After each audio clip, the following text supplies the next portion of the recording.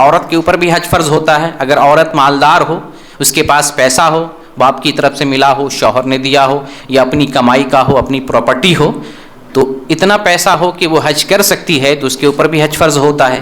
لیکن عورتوں کے لیے ضروری ہے کہ اس کے ساتھ سفر کرنے کے لیے محرم ہو. عورت کے لیے سفر میں محرم کا ہونا ضروری ہے.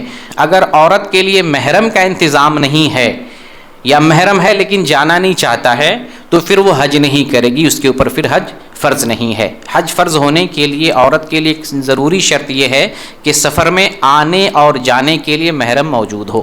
اور عورت کا محرم معروف ہے, اس کا شوہر ہے, یا وہ ہے جس سے عورت پردہ نہیں کرتی ہے, وہ محرم کہلاتا ہے. چاہے باپ ہو, بیٹا ہو, بھائی ہو, داماد ہو, یہ عورت کے لیے محرم ہے.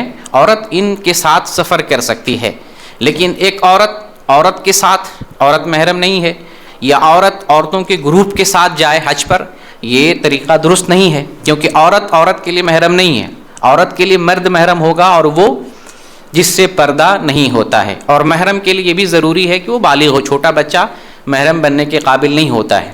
جو بالغ ہو گیا ہو, بلوغت کی نشانی ظاہر ہو گئی ہو, تو وہ بچہ جو ہے اس لڑکے کے ساتھ جو محرم ہو, بالغ ہو, اس کے ساتھ عورت حج پر سفر کرے گی. ایک دوسرا مسئلہ یہاں یہ بھی جان لے کہ جو عورت عرب میں رہتی ہے, اگر عورت مکہ میں ہے, اس کو عمرہ کرنے کے لیے محرم کی ضرورت نہیں ہے. کیوں؟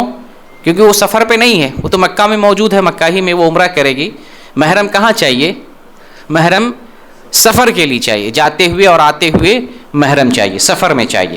لیکن جو عورت مکہ میں ہے, وہ اگر عمرہ کرتی ہے, وہ اگر حج کرتی ہے, تو محرم کی ضرورت نہیں ہے اسے, کیونکہ وہ سفر نہیں کر رہی ہے, وہ اپنی جگہ پہ موجود ہے, سفر کی مسافت نہیں بن رہی ہے.